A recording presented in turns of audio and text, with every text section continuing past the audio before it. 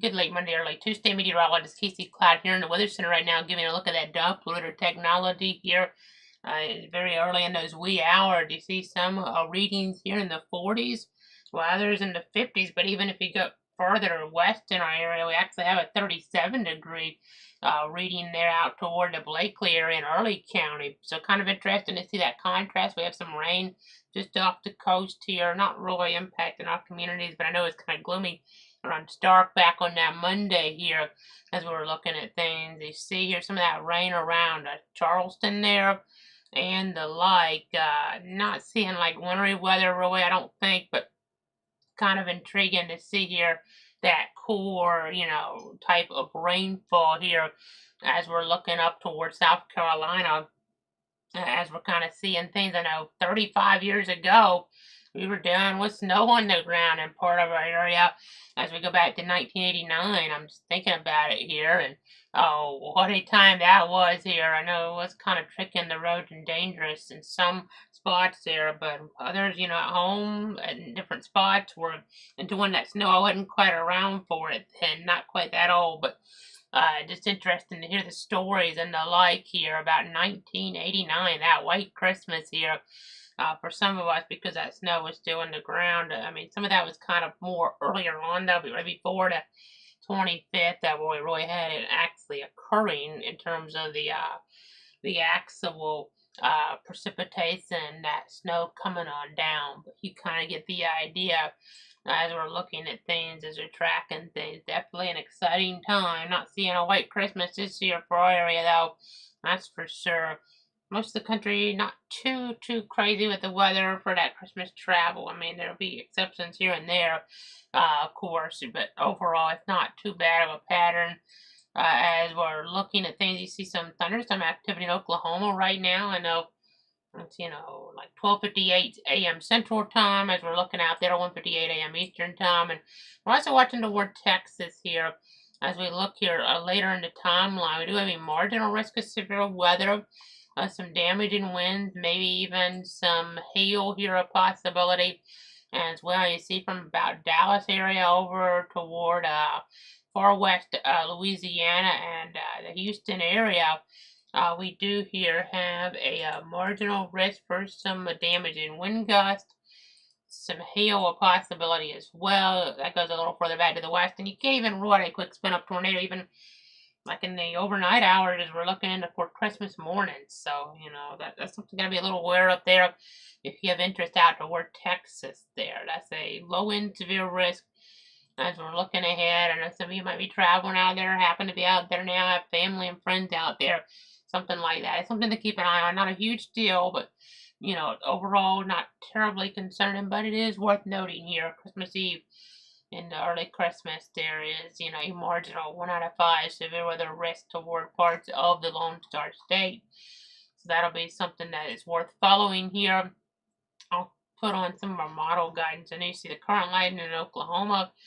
Let me just kind of get some of our current guidance here on here to let you guys know exactly what to expect. So this is where the model's showing there at about 3 o'clock, or check that 2 o'clock Central Time as we factor in the time changes and the like here.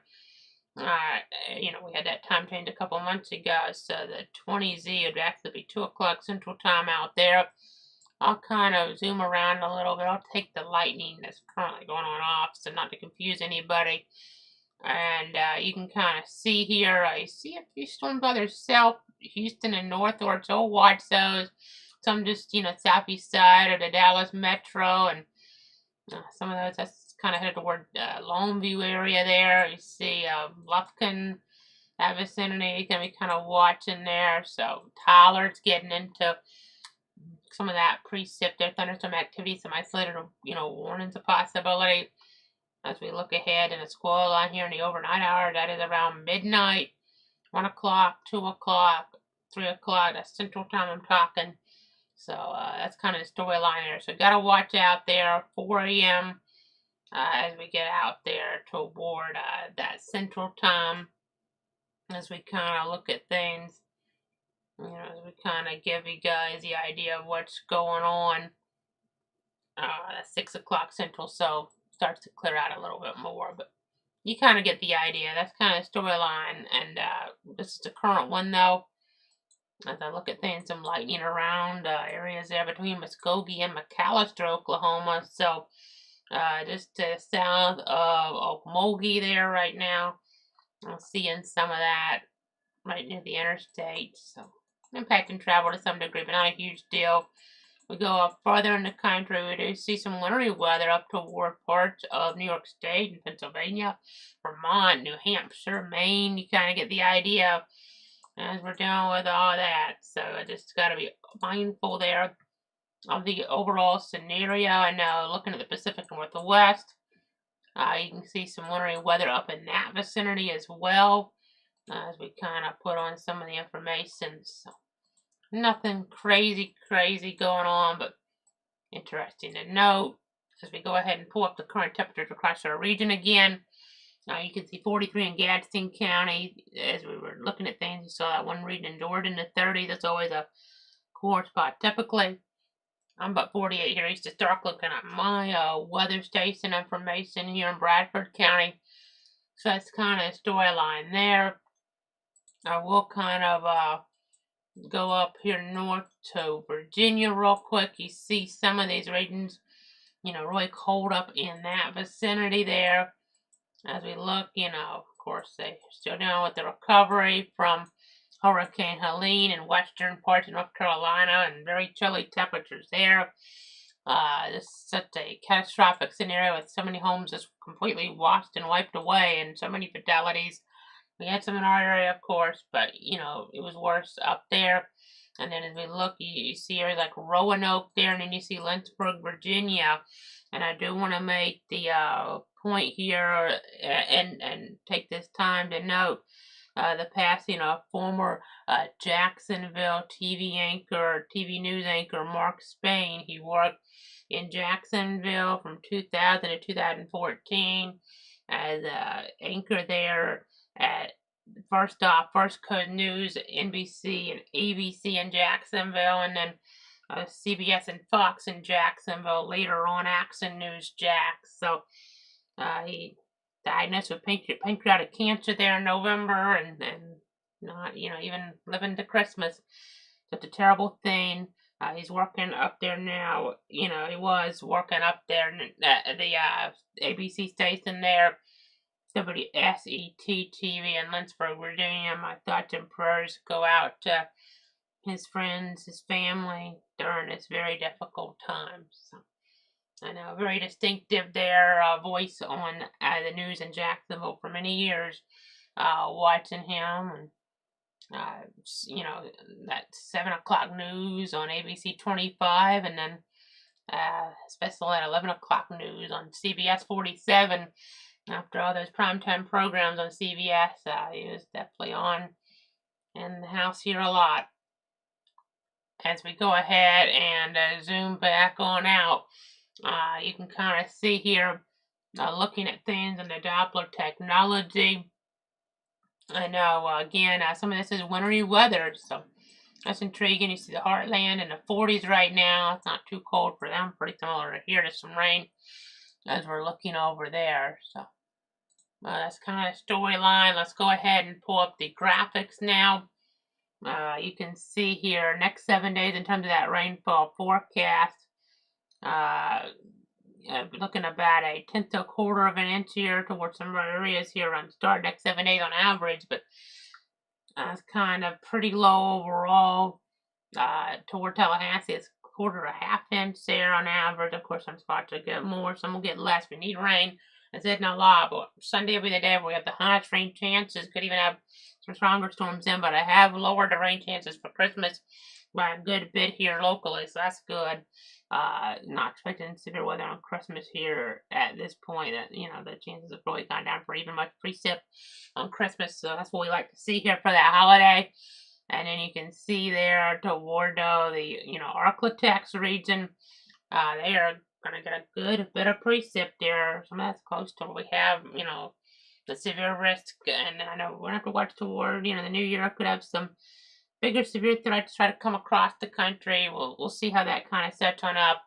Too early to get into the details, but the two that I just kind of really want to talk about now is that threat here, that margin risk, on Christmas Eve for Texas, 1 out of 5 risk, and then we could have something, lower end type of risk moving toward us on Sunday here.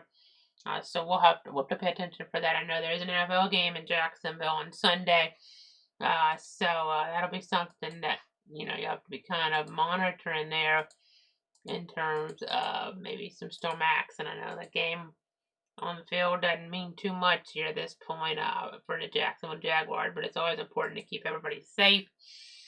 So Sunday could have some stronger storms around, at least some thunderstorms a possibility, if nothing else. I know you can go to clutterther.com/radar for an interactive look at things, whether we're on the air or not on the air. Of course, we'll be on for any tornado warning storms within the 62 counties, like we always are. We'll be paying attention. There's our region. We'll be watching for severe thunderstorms as well. We had some last week with that hail threat around Tallahassee. A little bit of wind damage there on Tallahassee as well. It wasn't too big of a deal overall. Pretty isolated in nature, but we were on there covering things and trying to keep you guys safe and informed. So very important to do that here in the Ward the Weather Center. As we're tracking things, as we're monitoring things. Now our schedule here though, we're not going to have another update this week scheduled. Our next update will be next week here. It'll be a late Monday, early Tuesday update on that holiday schedule here these 2 weeks. Where the update will just be once per week unless something warrants, and it'll be late Monday to early Tuesday instead of going early Tuesday or late Tuesday and early Wednesday, because it's a situation where we don't want to be like right there, as folks are sleeping and getting ready for their Christmas presents under the tree as we're really getting into Christmas. But here's that planning forecast now. You can see 67 here for that Tuesday, 69 on Wednesday. Warming on up some as we get later into the week here. You can see 73 Friday, 75 Saturday. Just kind of giving you guys the very latest here on that. You see it kind of cools down a little later on, but Sundays today we could have some storms around. I don't want to hype it up too much yet because models have been kind of inconsistent lately. We talked about 50% chance for Christmas and rain. That's gone all the way down to 20%, so that's really good news, obviously. As we're looking at things, and temperatures right to cool us, next couple mornings we warm up, but as we get later next week, it could really cool back down again. Could have some chilly air again, but right now looking like above average for a lot of the 7 days, but not really necessarily here today and tomorrow. That's about what you should have for Christmas. So in terms of these ratings, so hope you have a Merry Christmas out there. I know, just try to enjoy things. If I don't, have you guys watching me for that update next week before the new year, Happy New Year, of course. So we'll be on though next week, and we'll be on if and as necessary, as conditions warrant, across our area here, if that is required. Hopefully it's not, but we'll be watching things. We'll be tracking. It's all about protecting you, your friends, and your family. As we kind of look at things, as we give you guys the latest information. I know, just Merry Christmas, everybody. I know it's early Christmas Eve right now, but just Merry Christmas. I know it's been a tough year for some of you for a lot of reasons, maybe, or just maybe even just because of the tropics here. Hurricane Helene, so just terrible. Hurricane Milton, bad as well for Florida. Debbie, bad for somebody right here too. And just other weather events. The Tallahassee tornadoes in May. That was a big deal. So there's so many things happening here as we're looking at the region, as we look at the country, and with that flash flooding in April in Tallahassee, that flash flood emergency that we had for the FSU campus in that region. And it's not been a fun year for me either, as you guys probably know, losing my father back in April at the age of 85. But we're going to go ahead and wrap it up for now. Have a great night. I'll be back next week with another formal update. I also need to pop back in sooner, as we talked about. So we do need rain, though, as we've talked about before, too. We're going to get some, but we've had some, but still need more. We'll be watching for thunderstorm activity Sunday, day that we might have to come back on here if something kind of gets a little bit too too strong and get some warnings potentially. That's not out of the question. So hopefully it won't happen. We're kind of far out on that. If things, maybe start to look a little bit, more significant in the modeling, then that would increase our concern. But there is at least a low chance of something on Sunday. So we'll be watching. But enjoy that Christmas, everybody. Merry Christmas to you, your friends, and your family.